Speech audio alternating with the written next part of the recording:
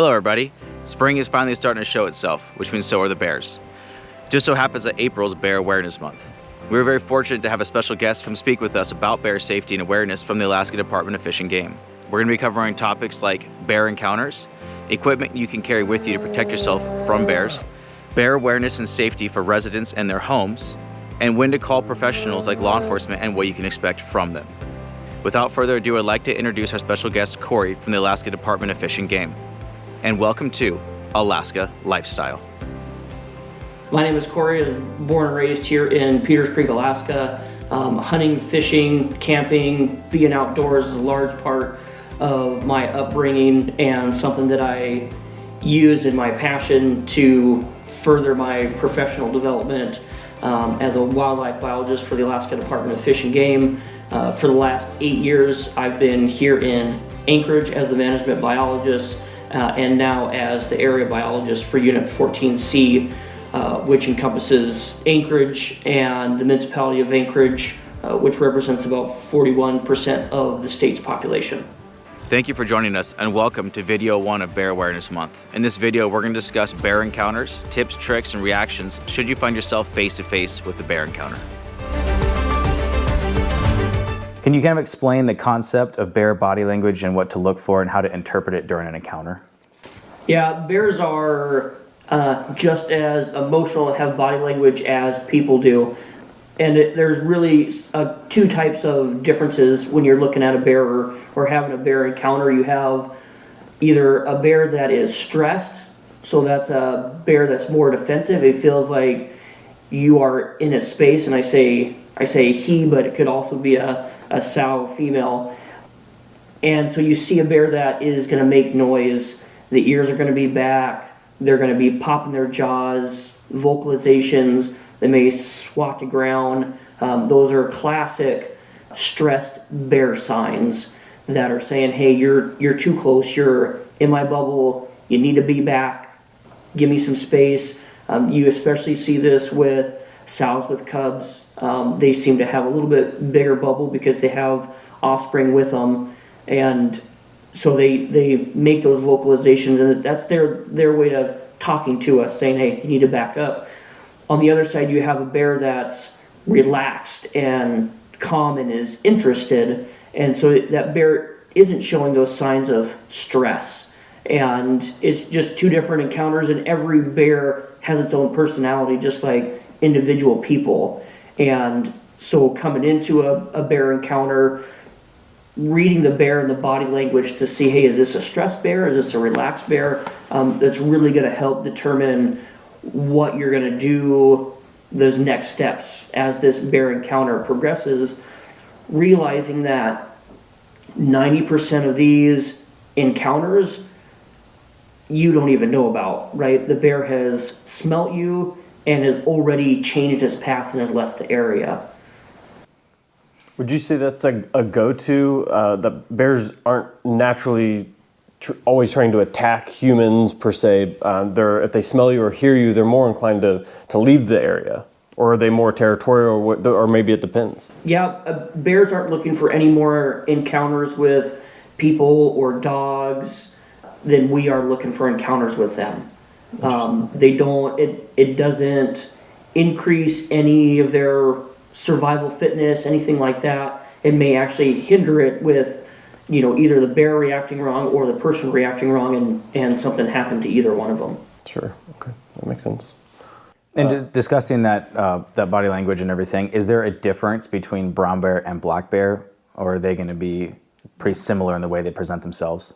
Yeah. So both of the bear species will show the same signs of being stressed or calm. Both bears, if they're relaxed, ears are up and they're looking around, seeing what's going on, and both the species, in terms of if they're stressed or, something's not feeling right to them, they both show the same vocalizations. One can just be substantially larger.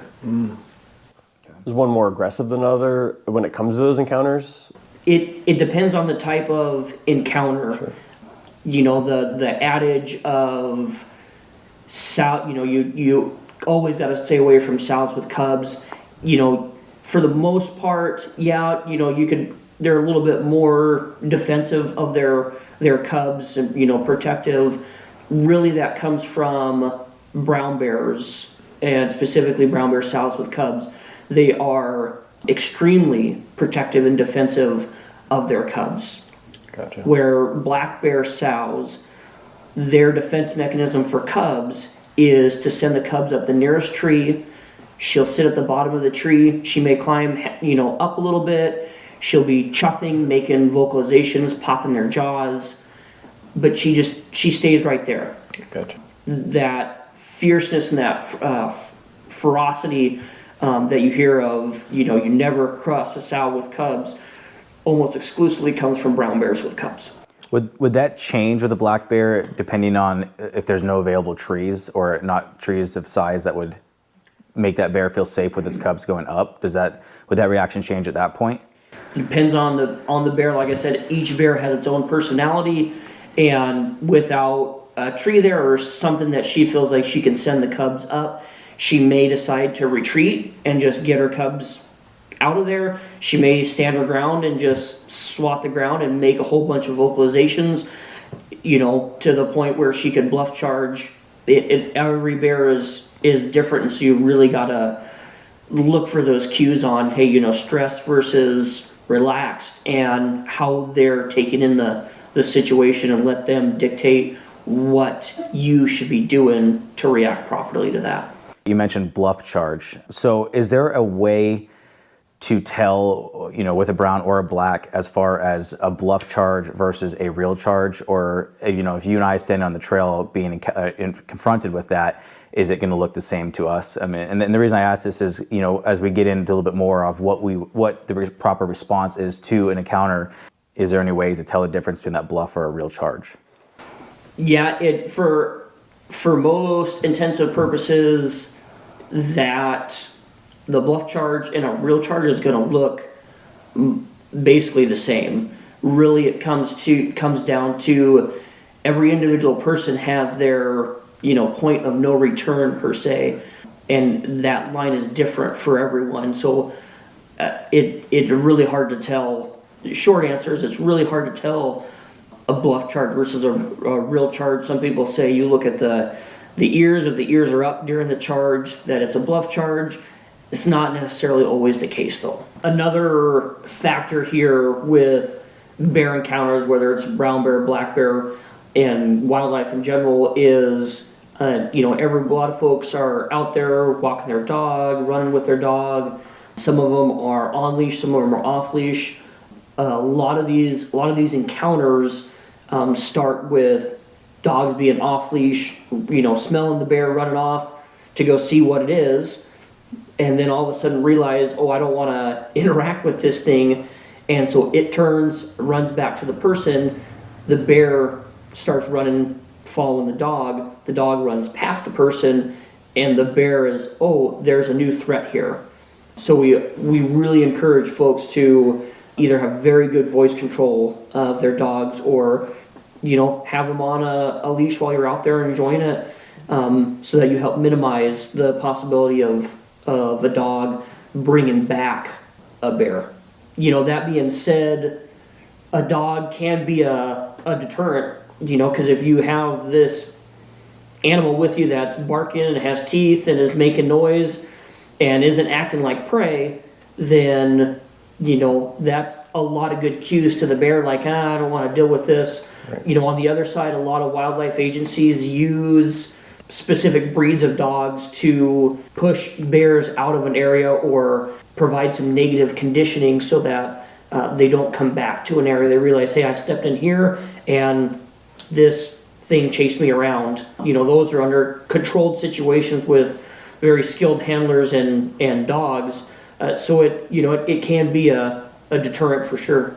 So what are the recommended actions to take during a bear encounter? And this is specifically I want to cover without cubs. So if we're coming across a bear with no cubs, what are the strategies and techniques or things that we want to do in that encounter to keep ourselves safe and that bear safe in that encounter? Yeah. So that first reaction, that initial contact or seeing the bear, your initial reaction should be to stop and stand your ground. A lot of people immediately see a bear and they turn and run. And that's not something that we want folks to do, because that can actually escalate the encounter and elicit a chase response from a bear. Remember that they're predators and prey runs from predators. So you're doing everything here to show that animal, that bear, that you are not a prey, right? That you're just some other animal out there. So stop, stand your ground. If the bear doesn't recognize that you're there, maybe it's foraging and isn't paying attention, or there's water behind it, right? It's a lot of ambient noise, so that takes away the hearing from bears, is to start backing away. Don't turn your back, but face the bear and slowly start increasing that distance.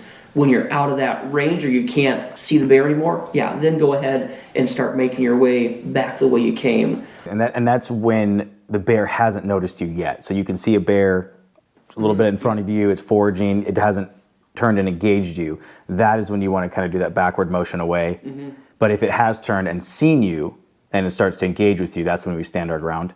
Right. Well, so regardless, you encounter a bear, whether it's a single bear, sow with cubs, if you see the bear and it doesn't see you, the first thing to do is to stop and assess the situation.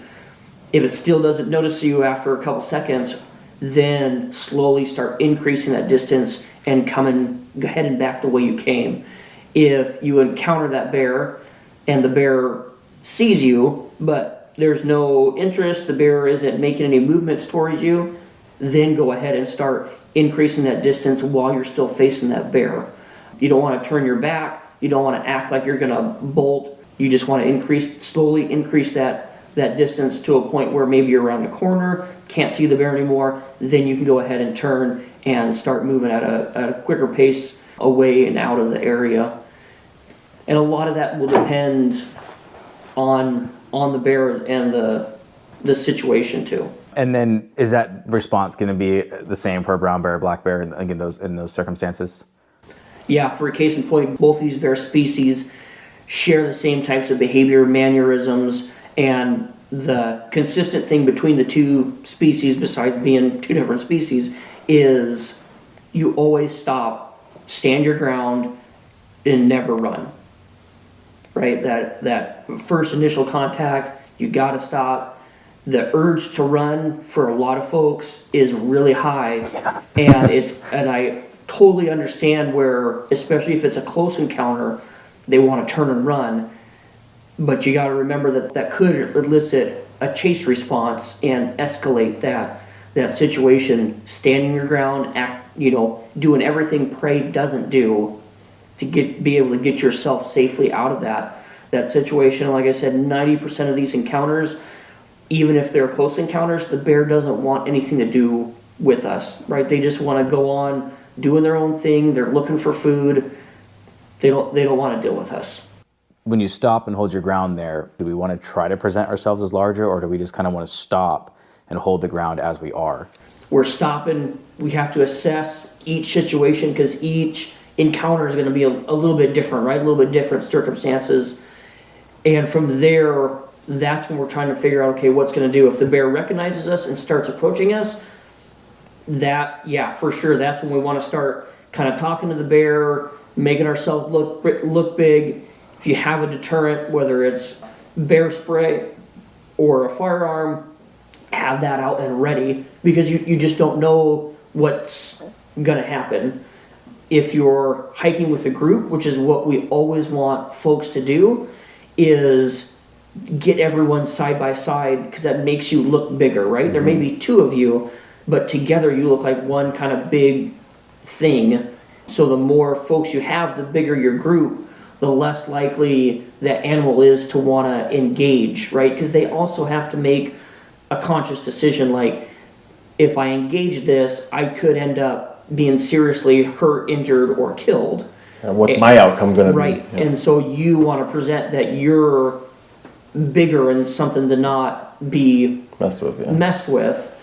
Hey, maybe we should be staggered a little bit as you're going through this, as you're going through bear country. I know a lot of people make noise, which is what we always want folks to do, is especially if you're around thick vegetation, alder busting to get up to alpine or along a salmon stream, or if there's a lot of ambient background noise, you got to keep making that noise, keep making that everything aware that you're there. Because like I said, 90% of these encounters, the bear knows you're in the area well before you may ever see the bear, right? You may never see the bear may detour, and that's why we're making that noise, is to an early warning system, because a lot of times the bear will hear that and kind of just naturally move off. If a bear does have cubs, so you see the cubs or come across them first, is there anything that's going to change in that response to what we just discussed? Yeah, there's a ton of different scenarios involving sows with cubs. One of the main thing is identifying quickly, if you can, is it a brown bear, is it a black bear? Because that will really change what is more likely to happen after. Remember that if you come across just cubs, realize that 90% of the time they are not orphaned, they are not alone. Cubs, just like human toddlers, wander off from mom. They see a butterfly and they're like, "Ooh, I'm gonna go chase this for a little bit." They're just like human toddlers, young kids. So mom may be foraging or napping. So if you see that, encounter a cub, same thing, stop, realize that these are cubs. So they are 100% reliant on mom for their protection, their defense, their food. So they don't want anything to do with you at all. If anything, that you frighten them. They're afraid of a lot of things right now because they're still learning. Is to stop and immediately start backing, heading in the direction that you came, and trying to increase that bubble, realizing that mom is close by. If the cubs alert, they send that warning, mom is likely going to be coming very quickly. Whether or not what happens when she actually encounters a person is really dependent on the bear and how protective they are of their cubs. Could it be anything from they stop short with a bluff charge to them making contact to neutralize a threat that they thought was trying to harm their cubs, and then they immediately leave the area. So say the encounter that you have with the bear ends up coming to the point where the bear is actually on you. What type of things are you going to do, reaction wise? The better way to put that, the better way to look at it is, if it is a bear makes contact with you and it is a defensive situation, right? The bear perceives that there's a threat. A lot of times you see the obvious situation or scenario is a bear with cubs, whether it's brown or black, is if they do make contact, you go to the ground, you protect head and neck. If you have your backpack on, you roll over onto your stomach, right? Because you got the bird cage in the back there to help protect your vitals with your backpack. You want to protect your soft tummy, protect that neck, and you're not fighting back, right? Because the bear is perceiving you as a threat, and a threat doesn't fight back, doesn't put up resistance once it's no longer a threat. So once that bear leaves, stops the encounter, most of the time those defensive bears take off and leave the area. The immediate reaction is to get up and get out of there. You need to wait for a little bit, because if she's still, or it is still in the area and you stand back up, then all of a sudden that threat has reemerged in their eyes, and so then they may come back and try to neutralize the threat again. So use your senses. If you don't hear the bear anymore, then go ahead and slowly get up, looking around, and then get help, get out of the area. If it's a bear that is looking at you as prey, then that is the time that you want to fight back and try to defend yourself with any means that you have: sticks, rocks, whatever you can get your hands on, poking the bear in the eye, anything to try to short circuit that attack and stop it. Is there a time throughout the year when bears wake up and go to sleep that we're more likely to come across cubs, or is the chance it could be all throughout summer that they're around? Yeah, any time of the year, really, you can come across them. during certain times of the year, like salmon returning to our streams, salmon-bearing streams here, those bears concentrate in an area. You're going to encounter, single bears, but you're also going to encounter sows with cubs because they're looking to take part of that bounty and try to fatten up for winter. So there's not really a time where they're all concentrated in one spot. Usually when they start concentrating a subset of the species, individuals, juveniles, sows with cubs, kind of hang around certain areas. But you have the same chance riding down a bike path on the hillside and running into a sow with cubs crossing the path. Is there a specific time frame for hibernation throughout the year? Like when does it start, end, and what to expect on both sides? Black bears tend to start going into their dens, whether it's a ground den or a chimney den, which is a hollowed out cottonwood tree. Most of our black bears here in South Central den in hollowed out trees for the winter. That usually happens that first week of October. We may not have snow on the ground every year at that time, but they're already starting to go through those initial phases where they're slowing down their metabolism.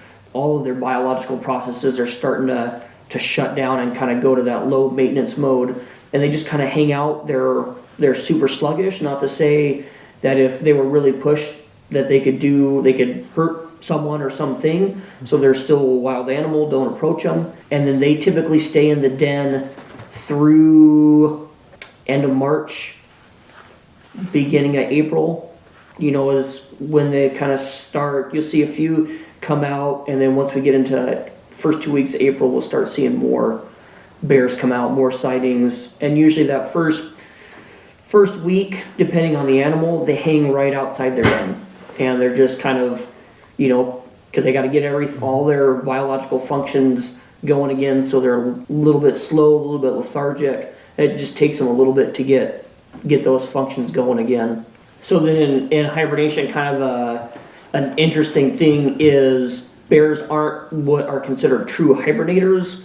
True hibernators are animals like Arctic ground squirrel, where they actually drop their core body temperature really low, they keep it low, and then they have bouts of rewarming. Bears kind of go in, they stop their biological processes, their metabolism slows down, but you can wake a bear out of hibernation. There have been several cases with folks skiing that, first two people ski over a den, and then, all of a sudden a bear pops his head out from underneath the snow, so they can be roused out of hibernation, because they're not true hibernators. Additionally, during January and February, our brown and black bears give birth in the den to live young. So these cubs that we're seeing, the itty bitty house cat size black and brown bear cubs that we see in April and March are already almost 6 months old. Does a bear being woken up, do they pose a higher chance of, being aggressive? Like if you're snowshoeing, skiing, snow machining, a lot of these winter activities that, we do up here, if they stumble across that, is the bear going to be kind of mad because they got woken up from its nap type of thing? Or I wouldn't say it's exactly because that they were woken up. It's more of they were woken up, they're cornered in their den, and they have that fight or flight response because they don't know what's going on. Does the response from us change? So like we discussed earlier, stumbling across that bear, is that how we want to react in this scenario as well? Or does it change since, they've woken up and they're in that den that's supposed to be their safe space? It always is that same reaction, is to stop and stand your ground. The bear is, coming out of the den in the middle of winter because there was some disturbance. It doesn't know what's going on, so it is likely perceiving that as a threat to it. So it's going to come out, investigate, and it may be super explosive. It may kind of be, a head pop up real quick, and then you have what happens from there. You got to show that bear that you're not a threat, that, honestly, for the most part, we had no idea the bear was there underneath the snow in a den.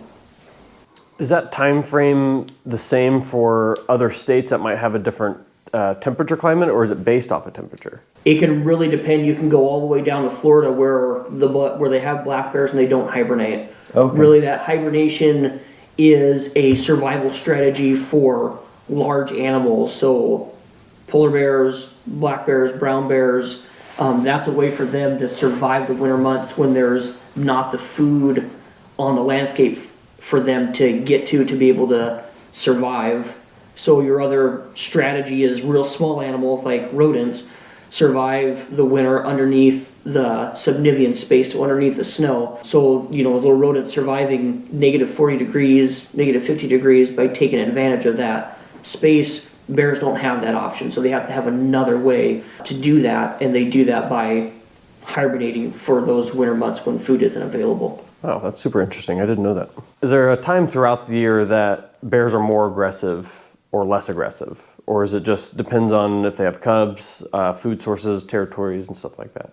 So it really depends on the animal. There's not necessarily, a time frame like the month of August. They're super aggressive. It's really the animal and their personality, and that does play into whether or not they have newborn cubs or yearling cubs. Sows with newborn cubs, we call cubs of the year, they have a very strong and very maternal attachment to them, and they have to have that to survive in a world with brown bears and a lot of things that will eat baby bear cubs. As those cubs get older, mom starts breaking that maternal connection to them because she's going to have to kick them out for them to live on their own. So they lose kind of some of that protection mode as those cubs get older. Not to say that they're still a wild animal, and bears with cubs can still be extremely protective, but it's not to the degree that you see with newborn cubs.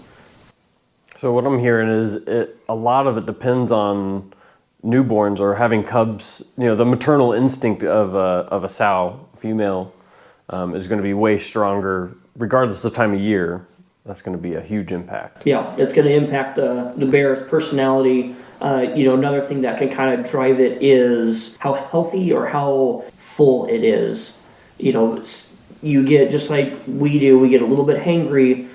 If bears and moose are the same way. If they don't have something, they can't find something, they tend to have a little bit shorter tempers, shorter fuses, and a bigger personal bubble. Gotcha. So that's why we say you always give bears and wildlife in general their space, because you just never know. I mean, bears have a bad day too. If they encounter a brown bear and they got to run for their life, like, you're kind of stressed out and you're on that adrenaline high. They get adrenaline dumps just like humans do. We're both mammals.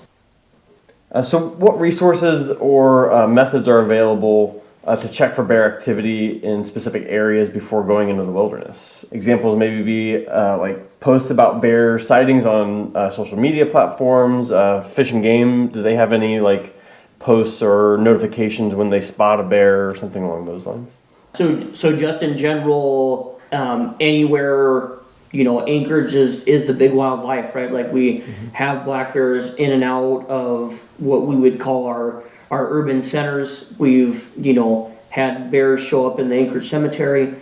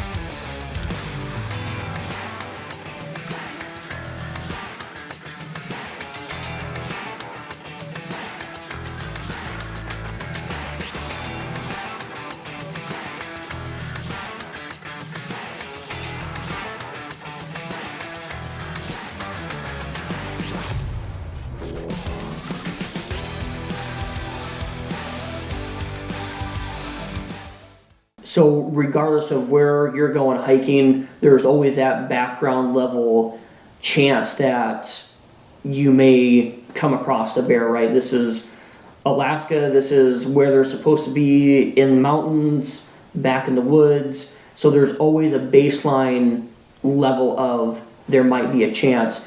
If there is an elevated issue, maybe a brown bear killed a moose on a trail, that's something that Fish and Game, along with Chugach State Parks, puts up warning signs to either close the trail, and then they do social media releases saying, hey, there's a trail closure in effect, here's a reason. They can always call usually it's the landowner, so you're going up in Chugach State Park at Flat Top there, you can call Chugach State Park headquarters and say, hey, is there any trail closures due to bears, doing bear things, and they're more than willing to give that information.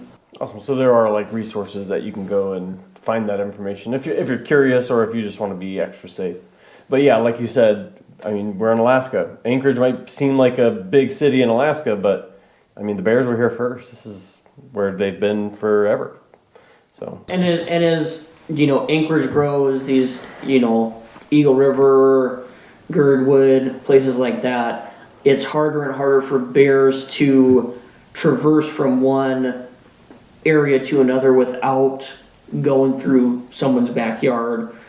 On top of that, you have more ring cameras, security cameras, so animals that have been doing this for years are now being seen, which also gives the perception that there's more bears, there's more activity, when really this activity has already been going on. We just haven't been able to capture. We haven't been able to see the things that go bump in the night. That's a good point. It's a really good point. The Fish and Game, on the Fish and Game website, April is Bear Awareness Month, so we'll be doing, and we put out a lot of education material throughout the year, even outside of April. Additionally, we do a lot of short clips on bear safety, moose safety that we distribute through the Nextdoor app to try to reach folks and keep education first and foremost, and try to get them to be as bear aware as possible. We appreciate you taking the time to watch our video today, and we hope you learned something that'll help keep you and the bears safer while enjoying the outdoors. Please check out the links below in the description for quick access to the Alaska Department of Fish and Game and the Alaska State Wildlife Troopers websites for additional information.